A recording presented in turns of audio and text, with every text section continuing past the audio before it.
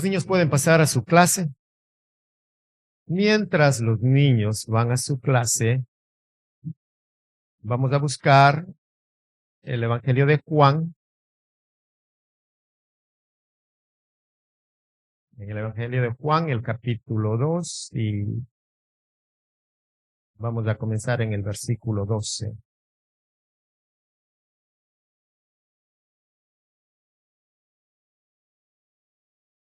Capítulo 2, versículo 12, y vamos a leer hasta el versículo 25.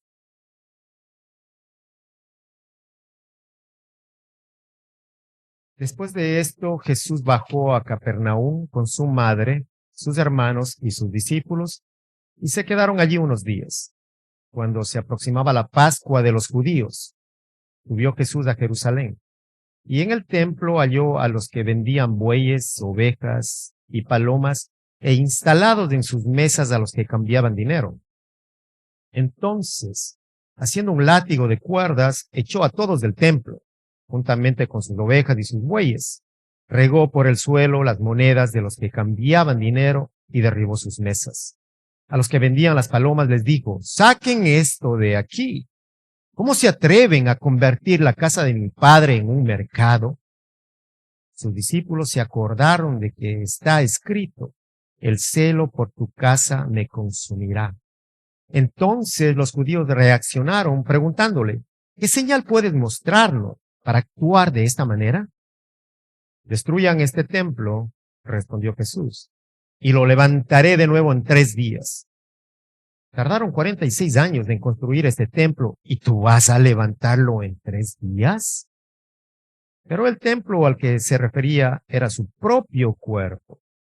Así, pues, cuando se levantó de entre los muertos, sus discípulos se acordaron de lo que había dicho y creyeron en la Escritura y en las palabras de Jesús. Mientras estaba en Jerusalén durante la fiesta de la Pascua, muchos creyeron en su nombre al ver las señales que hacía. En cambio, Jesús no les creía porque los conocía a todos. No necesitaba que nadie le informara nada acerca de los demás, pues él conocía el interior del ser humano. Bendita es la palabra de Dios, y que ella alumbre nuestro entendimiento en esta mañana. El templo, casa de oración. Título para nuestro mensaje. El templo, casa de oración. Y no existe mejor lugar que la casa de Dios. No hay otro lugar mejor que su templo, la casa de Dios. Pienso que todos han experimentado ciertas situaciones incómodas y desagradables, sobre todo aquellas personas que han tenido la oportunidad de viajar en buses o trenes o aquellos que todavía usan el transporte público. Un día un indigente se subió a un bus. Su cabello, su rostro estaban sucios, su ropa andrajosa, pero lo peor de todo era el mal olor que había en él. Y todo el ambiente en el bus se llenó de una pestilencia insoportable. Los minutos parecían horas en este lugar, y nadie de los que estaba ahí podía soportar ese mal olor. Cuando este hombre se bajó del bus, el olor todavía estaba presente por horas. Quiero que usted visualice esta mañana. Si este hombre del que le acabo de hablar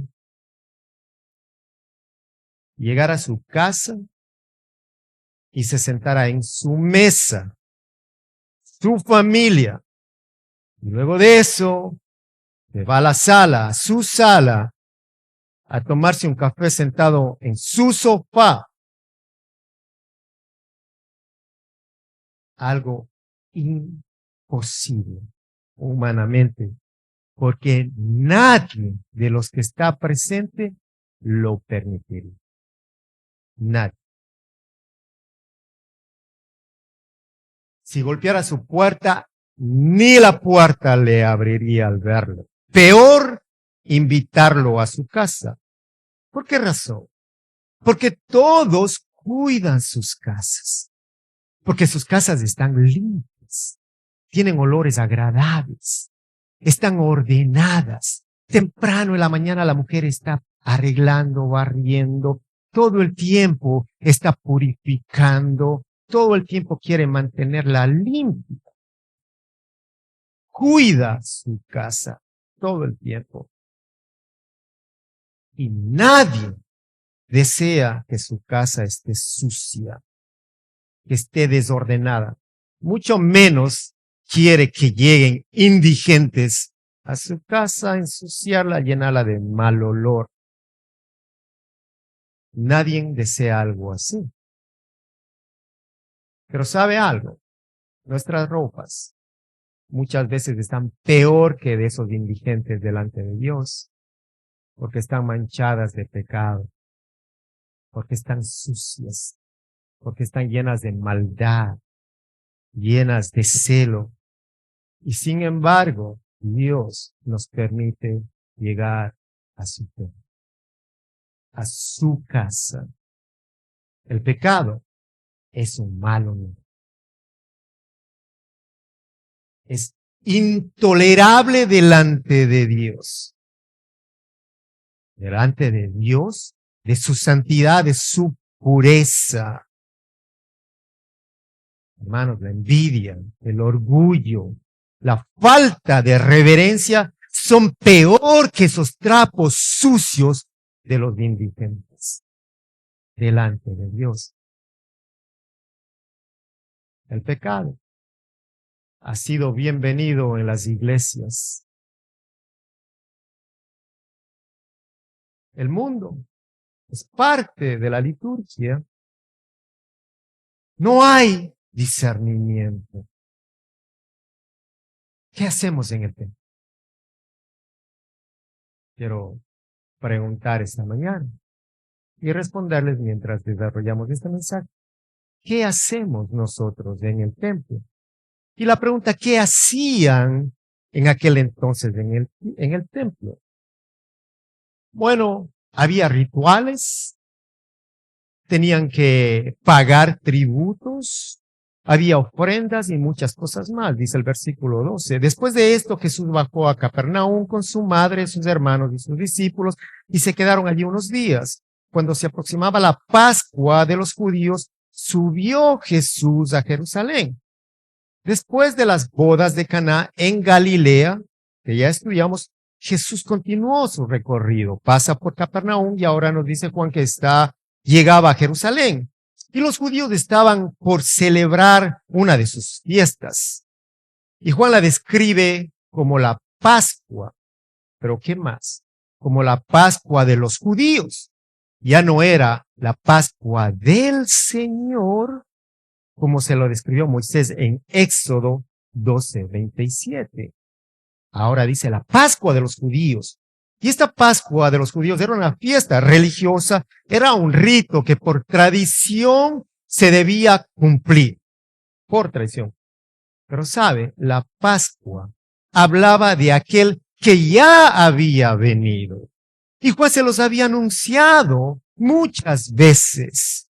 Y cuando Juan vio a Jesús pasar, a Jesús les dijo, he aquí el Cordero, ¿el qué? El Cordero de Dios que quita el pecado del mundo. No era el Cordero que ellos tenían que sacrificar para apaciguar la ira de Dios. Estaba el Cordero inmolado puro, sin mancha. Dijo, el Cordero de Dios que quita el pecado del mundo. El Cordero que llegó para ser sacrificado por los pecadores, por nosotros. Y la Pascua de nosotros, de los creyentes, y la Pascua de los creyentes en ese tiempo era Cristo.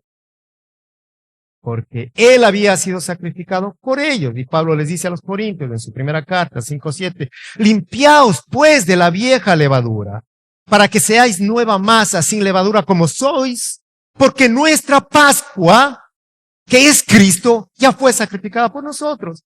¿Escuchó eso? Pablo les dice, porque nuestra Pascua, que es Cristo, ya fue sacrificada. Ya fue inmolado el cordero. ¿Pero por quién? Por nosotros. Mire, en la comunidad judía, a partir de los 12 años, para los varones, era obligatorio acudir a Jerusalén 3 veces al año para la fiesta de la Pascua, la fiesta de Pentecostés y la fiesta de los tabernáculos. Jesús subió a Jerusalén para la Pascua, y la Pascua era una gran celebración para los judíos, y era un recordatorio ¿de qué? De la liberación del pueblo de Dios de la esclavitud egipcia. Y lo hacían el 10 de Nisán, en nuestro calendario, el mes de marzo. Finales de marzo, comienzos de abril. ¿Qué hacían? Ellos apartaban un cordero macho, dice la Escritura, sin defecto, y en el día 14, entre las 3 y las 6 de la tarde, lo mataban, lo sacrificaban. Y en los días de Jesús, esta fiesta debía seguir un orden que ellos habían establecido. Es igual como en las fiestas de ahora, en una boda. ¿Entra el novio primero? No, nunca. El novio no está primero. Sirven la comida. No, hay un orden. Hay una persona que está dirigiendo todo el evento. Igual, aquí había un orden, pero había sido establecido por ellos. ¿Qué hacían en las familias? Primero, oraban. Ellos oraban. Luego bebían vino, comían hierbas amargas, y todo tenía un significado y una representación. Leían los pasajes de Salmos, luego de comer las hierbas, leían el Salmo 113 y el 114, y les los voy a compartir unos versículos del 113. Dice el 1, alabad siervos del Señor. Esta es la lectura que ellos la llevaban. Alabad siervos del Señor, alabad el nombre del Señor. Bendito sea el nombre del Señor, desde ahora y para siempre. Desde la salida del sol hasta su ocaso, sea alabado el nombre del Señor. Leían todo el Salmo, 113, 114. Luego de la lectura se lavaban las manos, comían el cordero con el pan sin levadura, y luego de comer el cordero ellos podían comer cualquier comida que les guste. Pero primero era el cordero. Y luego terminaban leyendo Salmos 115 y el 118. El 118 dice 3 versículos. Dad gracias al Señor porque Él es bueno. Su gran amor perdura para siempre. Que proclame el pueblo de Israel. Su gran amor perdura para siempre. Que proclamen los descendientes de Aarón. Su gran amor perdura para siempre. Que proclamen los que temen al Señor. Su gran amor perdura para siempre. Qué maravilloso. Pero ¿qué pasó en Jerusalén? ¿Qué sucedió cuando llegó Jesús? Dice el versículo 14. Y en el templo halló a los que vendían bueyes, ovejas y palomas, e instalados en sus mesas a los que cambiaban dinero. Al entrar en el templo, Jesús vio el patio de los gentiles, un lugar donde el pueblo gentil que venía de otros lugares estaba designado para adorar, para la adoración de los gentiles. ¿Y qué pasó? Este patio se había convertido en un mercado de comerciantes, de animales, de cambistas de dinero. ¿Y por qué razón? Porque la única moneda que se aceptaba era, pues, la moneda judía, y había muchos visitantes foráneos que debían pagar. Cuando llegaban, ellos tenían que pagar un impuesto al templo, y no era aceptada ninguna otra moneda. Piensen, todavía en muchos países usted llega y no puede usar el dólar. Si quiere comprar algo, no le van a aceptar, necesita usar su moneda, sea donde esté, sean pesos, sean, en mi país eran los sucres, pero ahora es dólar. No podía usar el dólar. De igual manera, cuando esa gente llegaba a Jerusalén y llegaban al templo, no podían presentar sus tributos con sus monedas. Necesitaban la moneda de este lugar, de los judíos.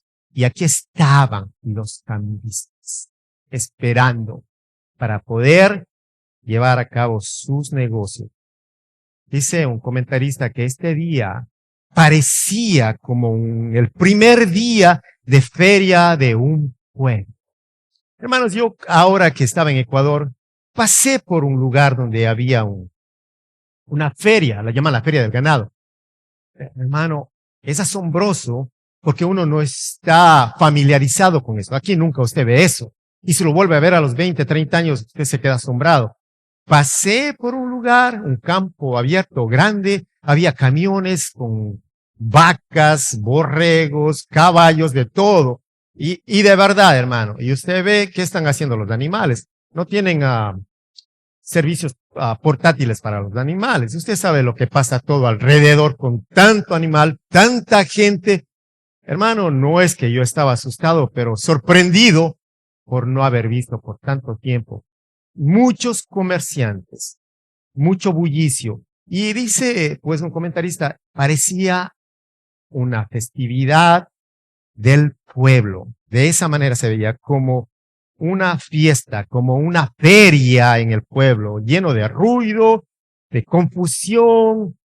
El abuso estaba presente, los comerciantes explotaban a la gente porque su avaricia estaba presente.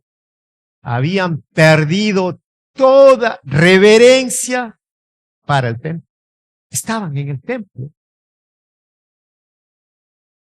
Su negocio era muy lucrativo y no solamente eso, también facilitaba la vida religiosa y los rituales de aquel tiempo. Y vamos a ver. El templo que debía ser la casa de oración para todas las naciones, lo habían convertido en una cueva de ladrones. Lo relata Marcos en el capítulo 11, versículo 17. El templo, hermanos, se había convertido en una cueva de ladrones. El templo. Dígame usted, ¿alguien va al hospital a comprar un traje o un vestido? No. ¿O alguien va a un restaurante buscando un médico? Tampoco, hermanos. Pero sabe, mucha gente va a la iglesia, van al templo buscando cosas terrenales. Y lo he escuchado decir, en la iglesia vas a encontrar una buena mujer. En la iglesia vas a encontrar un buen hombre. Todavía hay en el templo. Ve a la iglesia. En la iglesia te pueden pagar tu renta buscando dinero. Ve a la iglesia. En la iglesia te pueden ayudar para tu carro. Ve al templo para que puedas promocionar tus negocios que acabas de comenzar. Y cuántas cosas más, hermanos, que ustedes las saben. Qué tan equivocados están muchos creyentes. La iglesia, el templo, es casa de oración. La iglesia es el lugar donde nos reunimos con reverencia para alabar a un Dios santo, santo, santo. En la iglesia nos reunimos para escuchar palabra de Dios, para recibir un consejo divino. Nos reunimos para servir a nuestro prójimo con el amor de Cristo. Porque hemos entendido que es mejor dar que recibir. Hermano, y lo que nosotros damos no tiene comparación con lo que Dios nos da. y lo que nos ha dado. Desde que amanece, las misericordias son nuevas cada mañana para usted. Mientras duerme, el Señor lo está cuidando. Cuando se levanta, el Señor está presente. Él no descansa. Recuerden que usted está llamado a escuchar su voz. Usted está llamado a orar en el templo del Señor. ¿Dónde oraba Ana? Con seguridad en su casa, en todo lugar, pero también oraba en el templo, donde le hizo la promesa a Dios. En el templo, donde oraban los fariseos. En el templo, los publicanos, en el templo, donde oraban los discípulos del Señor. En el templo, dice el libro de Hechos, capítulo 3, que Pedro y Juan subían juntos al templo. A la hora novena, a la hora de oración. Porque había una hora designada para la oración en el templo de Dios. Y Hechos 2:46 dice, no dejaban de reunirse en el templo ni un solo día. Todos los días, hermanos. Ellos no esperaban el domingo para llegar después de la alabanza, a escuchar el mensaje y antes de que termine, irse a la casa. Todos los días se reunían, ni un solo día dejaban de reunirse. ¡Qué maravilloso ejemplo! En el templo, en la casa de oración. Hermanos, en las iglesias, en la iglesia, que es templo de oración, que es casa de oración, hay orden. Hay un orden, hermano. Nosotros oramos para orar. ¿Y cómo es eso, pastor? Dígame. Alguien dijo, ora hasta que comiences a orar. Porque nuestra mente divaga. Porque empezamos a orar y es normal. No se sienta mal, hermano. A todos nos pasa. Abrimos nuestros ojos, Señor, gracias, Padre, y nuestra mente se fue. Y se vuelve a ir. Y regresa a orar. Y otra vez. Y mañana lo mismo. Pero ¿qué pasa cuando usted ya hace un hábito? Va a orar y va a orar y va a orar hasta que empiece a orar. Hasta que el Espíritu de Dios empiece a dirigirlo a la presencia del Padre. A ver, a escuchar lo que el Padre quiere. Y a pedir conforme a la voluntad del Padre, no de los deseos pecaminosos que están dentro de los corazones malvados y perversos de todo hombre. Oramos para orar. Oramos para adorar. Oramos para servir. Oramos para predicar. Oramos en todo tiempo y lugar. Porque la oración es el medio que Dios nos provee para acercarnos a Él y poder conocerle y saber lo que Él espera de nosotros, sus hijos. Dijo David en el Salmo 27:4. Lo único que le pido al Señor, lo que más anhelo, es vivir en la casa del Señor todos los días de mi vida, deleitándome, palabra clave, deleitándome en la perfección del Señor y meditando dentro de su templo. El meditar en el templo, el orar en el templo, trae deleite a su vida, hermanos. Y si le falta el gozo, venga a orar con sus hermanos. Que en la casa del Señor hay deleite y en su casa, en su templo, meditamos en su palabra. Pero ¿cómo llegamos al templo? Ya vimos, ¿qué hacemos en el templo? En el templo nosotros adoramos a Dios, no a ídolos. Adoramos a Dios. ¿Y cómo llegamos? Llegamos en armonía. Llegamos en un mismo sentir al templo, dice el versículo 15. Entonces, haciendo un látigo de cuerdas, echó a todos del templo, juntamente con sus ovejas y sus bueyes, regó por el suelo las monedas de los que cambiaban dinero y derribó sus mesas. A los que vendían las palomas les dijo: sacad esto de aquí. ¿Cómo os atrevéis a convertir la casa de mi padre en un mercado? Sus discípulos se acordaron de que está escrito: el celo por tu casa me consumirá. Hermanos, Jesús estaba indignado por lo que había visto. Escuchamos que hizo un látigo de cuerdas y lo usó para sacar a los animales, a sus dueños, derribó las mesas, les ordenó a los que vendían las palomas: saquen estos animales. ¿Cómo pudieron haber convertido la casa de mi padre? ¿Qué dijo el Señor? La casa de mi padre, dijo Jesús. La casa de oración, les dijo Jesús, han convertido en un mercado. Y aquí hay algo importante, porque aquí hay una afirmación que Jesús es el Hijo de Dios. Les está diciendo a todos estos: la casa de mi Padre. Entonces, el Hijo de Jesús, el Mesías, lo está afirmando con seguridad. Sus discípulos alrededor estaban con temor, imagínense ustedes. Como no conocían, a pesar de que ellos sabían las Escrituras. Y como ellos conocían, recordaron uno de los salmos de David que hablaba acerca del Mesías y que aplicaba a Jesús al decir: me consumió el celo de tu casa. Salmo 69, versículo 9.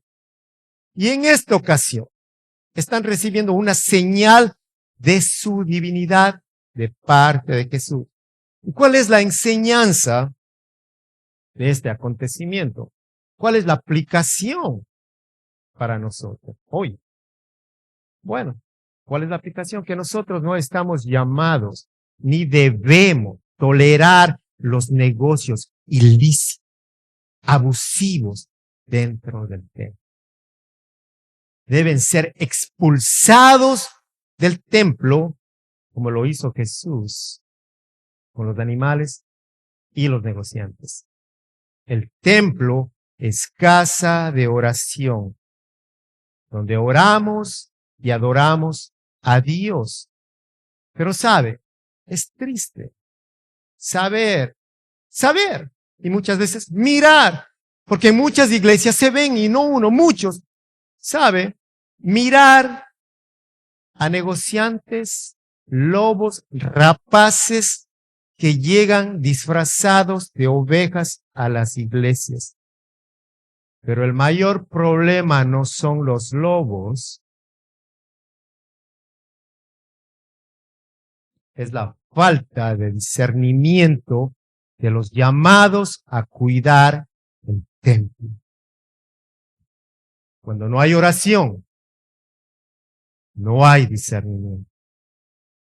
Y los creyentes fácilmente son engañados y seducidos por la apariencia religiosa de los representantes de Satanás.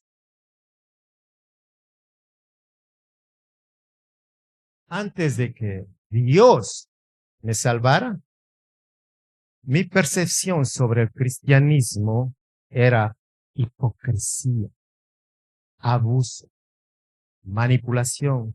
Y yo tenía mis razones. ¿Sabe cuál era la más importante? Mi ignorancia. Al pensar que todos los llamados cristianos eran iguales. Un ladrón más, un mentiroso más, un manipulador más, el pastor con BM, el pastor con Mercedes. Todos son unos ladrones, todos son unos mentirosos, todos son unos servidos. Eso estaba en mi mente por mi ignorancia. Y no solamente eso, porque también un compañero de trabajo me había dicho que era cristiano y al trabajar juntos, a mí me tomaba mucho esfuerzo para conseguir un cliente.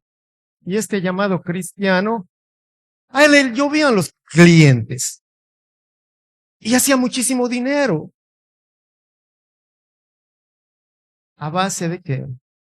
De engaño y manipulación. ¿Y quiénes eran sus clientes? Todo el tiempo estaba con clientes, todo el tiempo. Los clientes eran feligreses de la iglesia al que él visitaba. Y a base de su manipulación y su engaño, acumulaba sus ganancias. ¿Sabe? Un llamado cristiano, pero era un lobo vestido de oveja. Engañó a toda la iglesia que dormía. Pero no le engañó a Dios. Porque Dios nunca duerme, hermano. Y porque Dios no puede ser burlado. Y mucho menos en su templo. Dios se encarga de echarles fuera de su presencia a todos los negociantes. A todos los lobos. Dios se encarga de ellos. Observe la reacción de estos judíos por esta conducta de nuestro Señor. Versículo 18. Pero los líderes judíos exigieron, ¿qué estás haciendo? Si Dios te dio autoridad para hacer esto, muéstranos una señal milagrosa que lo compruebe. Los judíos que conocían la ley, hermanos, estaban ciegos y estaban sordos. Al parecer no escucharon las palabras de Jesús al referirse al templo como la casa de mi Padre. El templo, se los dijo. ¿Y Jesús qué hizo? Usó ese derecho de hijo unigénito, hijo del Padre. Y los judíos querían señales. Señales sin darse cuenta, escuche esto, que la purificación, que la limpieza del templo era una señal. Era el cumplimiento de la profecía de Malaquías 3, que ellos la conocían muy bien. Donde el Señor dijo, la profecía dice, el Señor vendrá súbitamente a su templo. Y ellos lo sabían. Súbitamente a su templo y que limpiará a los hijos de Leví. Jesús iba a llegar a limpiar su templo y fue profetizado. Y ellos querían una señal. ¿Qué mejor prueba? Lo vieron, ¿sabe? Escucharon, pero no entendieron. Pero nadie se atrevió a detenerlo. Nadie de estos líderes religiosos. Jesús entró en el templo y comenzó a limpiar, a purificarlo, como había sido profetizado. Jesús vino a cumplir con la ley, vino a cumplir toda profecía. ¿Qué señal querían estos religiosos? Hay algo aquí. Esa petición de estos nombres mostraba algo, la perversidad de sus corazones. Esa conducta de codicia. Ellos se beneficiaban de los negocios del templo, de los mercaderes, de los negocios ilícitos, del engaño, del robo, del abuso de poder. Se beneficiaban. Pero sabe, en vez de cuestionar a Jesús, ellos debían arrepentirse de ese comportamiento y de sus pecados. Aquí hay una aplicación para nosotros. No cuestione a Jesús. No estamos llamados a cuestionar a Dios.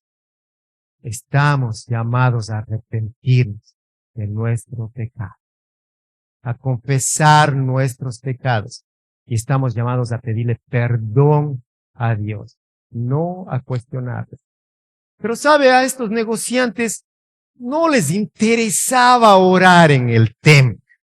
Estaban tan preocupados por sus negocios que perdieron todo interés. Y hoy, en muchos templos, hay muchos negociantes y pocos oradores. Es triste, pero es la verdad. Escucha la respuesta de Jesús. 19. De acuerdo, contestó Jesús. Destruyan este templo y en 3 días lo levantaré. ¿Qué dices? Exclamaron. Tardaron 46 años en construir este templo y tú puedes reconstruirlo en 3 días. Este templo mencionado en este texto era el templo que había construido Herodes y que todavía estaba por terminar su edificación. No estaba completo y había pasado ya 46 años. Y mire, es muy importante recalcar el uso de esta palabra templo. ¿Por qué? Porque en español templo tiene un mismo significado y se escribe de la misma manera, templo, pero no en el idioma original, no en el griego. El versículo 14 y 15 hablan de la purificación del templo. Ahora, cuando usted lee este pasaje en el original, en el griego, dice hierón, templo, esta palabra. Y esta palabra tiene una referencia a todo el templo. Pero lo que Jesús estaba purificando era el patio, era el atrio de los gentiles. Ahora, la palabra que Jesús usa en el versículo 19 al decir destruir este templo, que también lo dicen los judíos en el versículo 20, templo en el original tiene otra escritura que es naos y que significa una referencia al santuario interior del templo. Sígame con esto. Interior del templo, hierón, exterior, el patio, el templo. El naos, que hace la referencia a Jesús, el templo, el naos, era la referencia al naos del Espíritu Santo, el templo del Espíritu Santo. Y es tan importante entender el significado de las palabras para poder entender el mensaje de Dios. Los judíos querían saber si Jesús iba a destruir su edificio, su templo, pero Jesús se estaba refiriendo a su cuerpo, al templo, su cuerpo. Y lo dice el versículo 21. Pero el templo al que se refería era su propio cuerpo.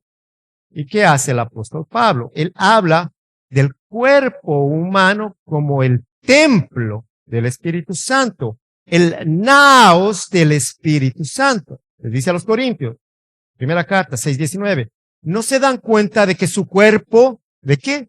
Les dice, su cuerpo es el templo del Espíritu Santo, quien vive en ustedes y les fue dado por Dios. Ustedes no se pertenecen a sí mismos, porque Dios los compró a un alto precio, por lo tanto, honren a Dios con su cuerpo. Y luego en el capítulo 3, 17, si alguno destruye el templo de Dios, el mismo será destruido por Dios, porque el templo de Dios es sagrado. Y vosotros sois el templo, ese templo. Jesús, en otras palabras, les está diciendo, con su maldad están destruyendo el santuario de mi cuerpo. Ponga atención. Y como resultado están destruyendo su templo de piedra terrenal y todo su sistema de ceremonias religiosas. Y dice, yo en 3 días levantaré este santuario, refiriéndose a su resurrección de los muertos, muerte y resurrección. Jesús le dijo, si destruyan este templo, que si destruyan este templo, Él lo levantaría.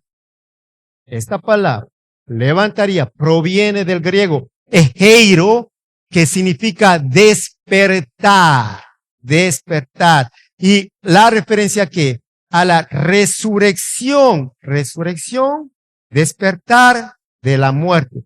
Cuando Lázaro fue levantado de los muertos, Juan 11:43, Jesús clamó a gran voz, Lázaro, ven fuera. ¿Y qué sucedió? Lázaro salió. Lázaro despertó, resucitó de entre los muertos. Hay algo que no se puede separar. No se debe ni se puede separar el tipo del antitipo. ¿Y qué es el tipo, hermano? Bueno, en esta enseñanza el tipo es el templo y el antitipo es Cristo. Escucha, el templo de Israel era el lugar, el templo terrenal de Israel era el lugar donde Dios habitaba. Y por esta razón, el tipo del cuerpo de Cristo es el templo. Y dice, si alguien destruye el cuerpo de Cristo, también derriba el primer templo de piedra de Jerusalén. Permítame aclarar. Cuando Cristo fue crucificado, ¿qué sucedió?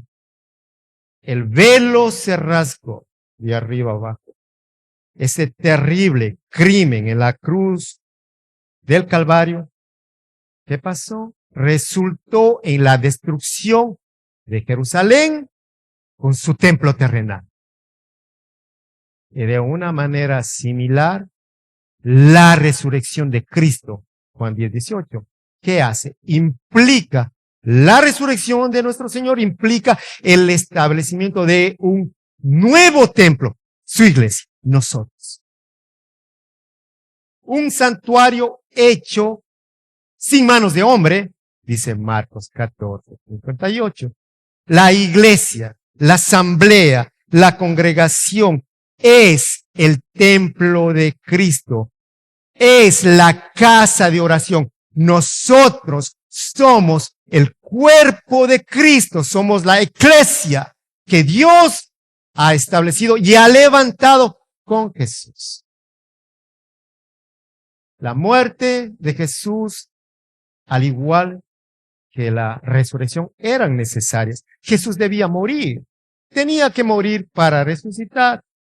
Y Dios iba a manifestarse, escuche, Dios, qué perfecto el plan de nuestro Señor.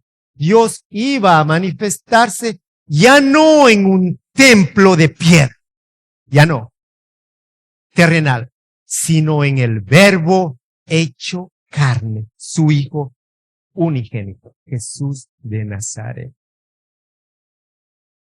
Esto fue lo que Jesús quiso decir cuando habló de su cuerpo. Pero sus discípulos no entendieron en ese momento. ¿Hasta cuándo? Hasta después de su resurrección, cuando se acordaron de lo que el Señor había dicho, dice el versículo 22. Así pues, cuando se levantó de entre los muertos, ya ha resucitado nuestro Señor.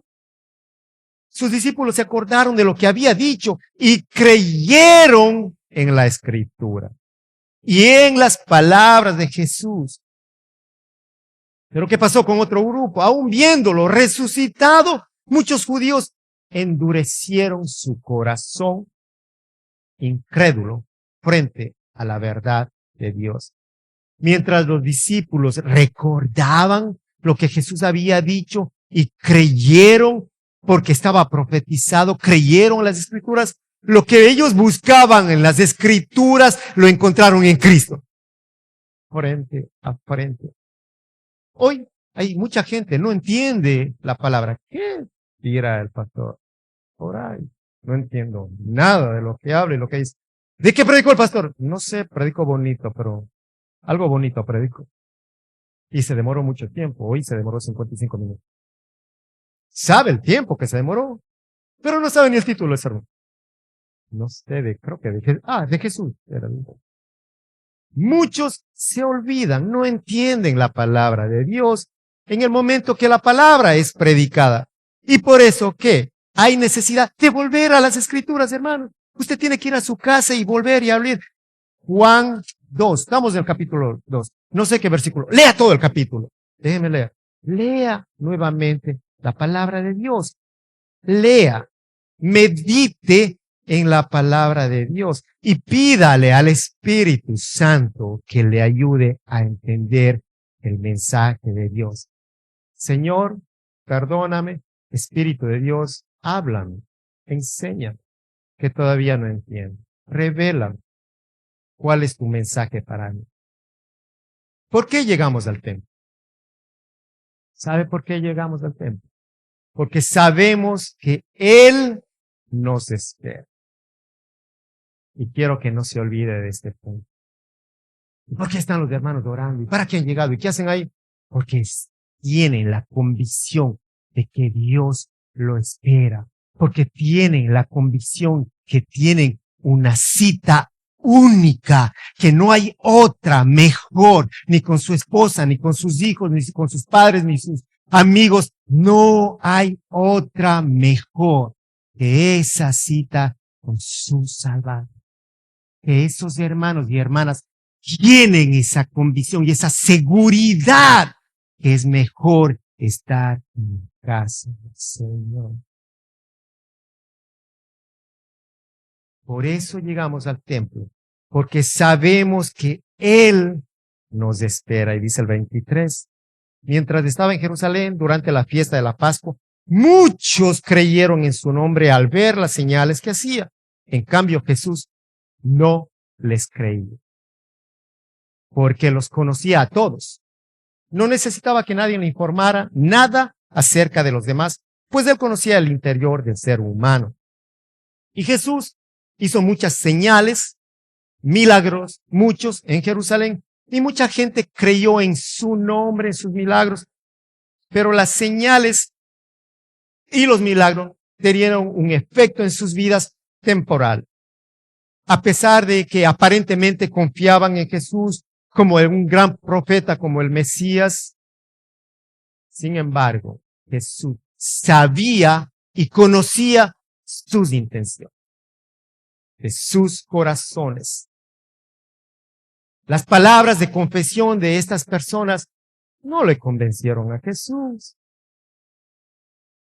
Muchos pueden decir, yo creo en Jesús. Muchos todos los domingos hacen oración. Creo que Jesús es el Salvador, el Señor. Yo lo creo, sí, yo lo creo. Lo dicen, lo repiten, pero no hay una fe verdadera. No es suficiente con decir, yo creo en Dios.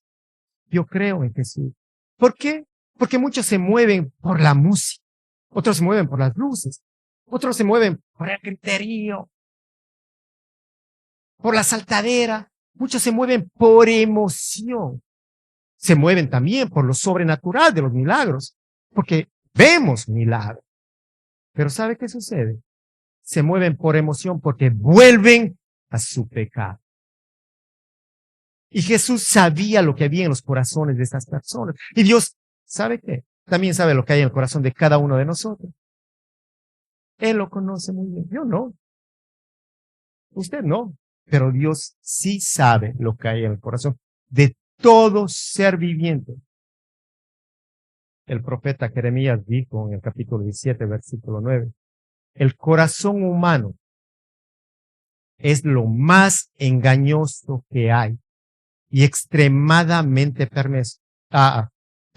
Ponga atención, lea ese versículo ahí. El corazón humano, te diga, mi corazón es lo más engañoso que hay y extremadamente perverso. ¿Quién realmente sabe qué tan malo es? Usted no sabe. Hermano, usted no tiene idea. Pero sí hay algo. Y Jeremías se encarga de responder, el versículo 10.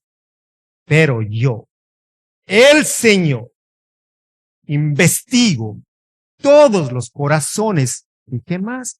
Y examino las intenciones. ¿Cuáles? Secretas. ¿Quién? Dios lo conoce. Dios sabe, hermano. No importa quiénes lleguen al templo. Dios sabe los corazones que al templo llegan, hermanos. Llegan oradores, llegan adoradores, llegan ladrones, llegan negociantes, llegan hipócritas, llegan juntos a la casa de oración. Y muchos dicen que la iglesia es como un hospital. Hermanos, nosotros sabemos que la iglesia es el lugar donde se reúnen pecadores con grandes necesidades. Ese es el lugar. Y nos reunimos porque sabemos que Dios es el único que nos puede ayudar, porque no hay nadie más.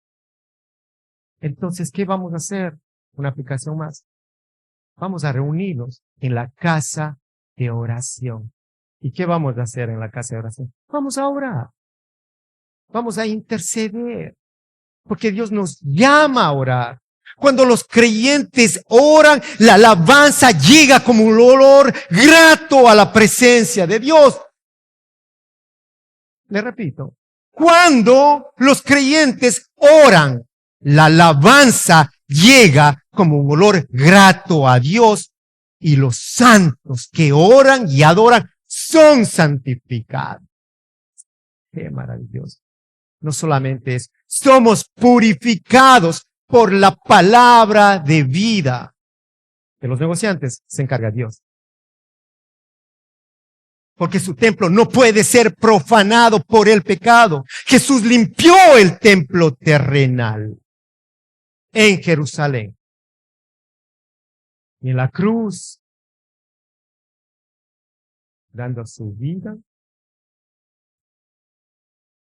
derramando su sangre hasta la última gota, limpió nuestro templo espiritual.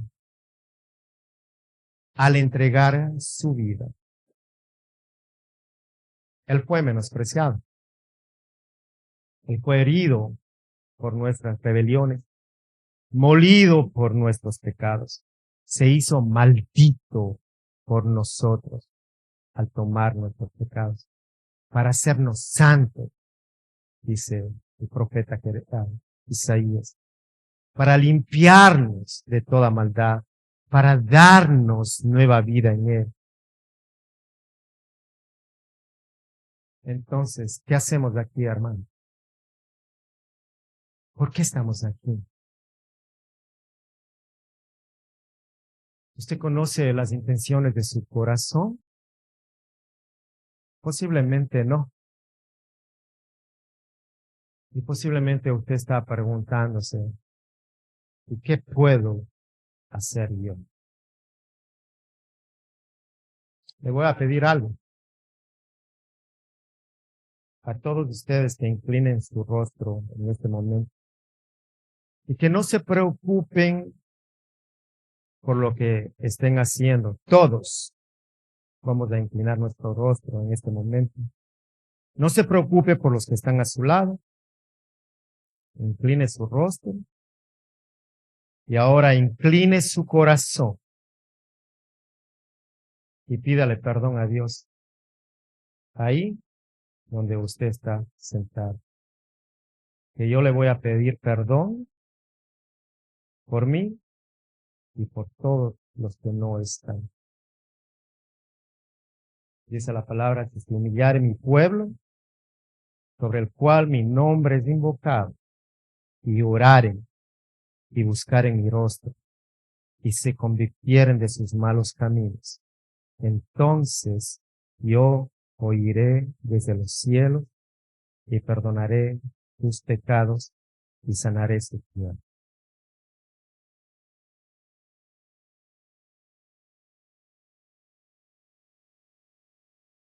Padre, perdónanos, porque nos hemos olvidado que tu templo es casa de oración. Señor, una vez más, perdona todo afán, perdona toda falta de reverencia, perdona toda incredulidad.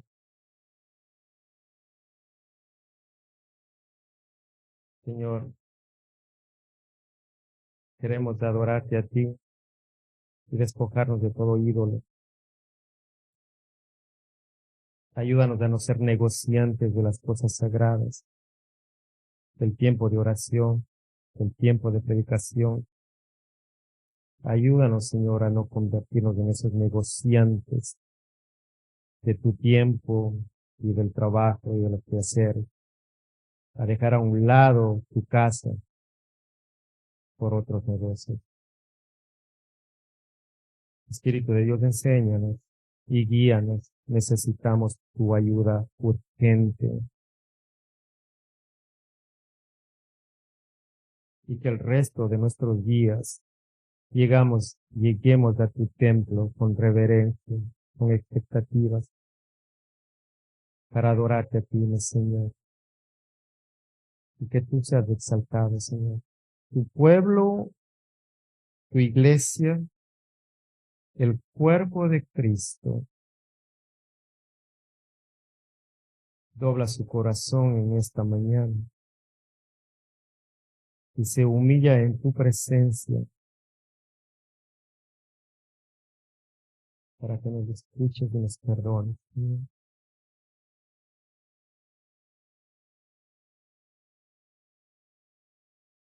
Gracias, Señor. Gracias, Padre. Gracias, Hijo. Gracias, Espíritu de Dios. Y escucha el clamor de todos mis hermanos presentes en esta mañana. Y te pido que renueves tus fuerzas, tus deseos en este día para la gloria del nombre de tu Hijo amado, Cristo Jesús, en el cual hemos orado. Amén.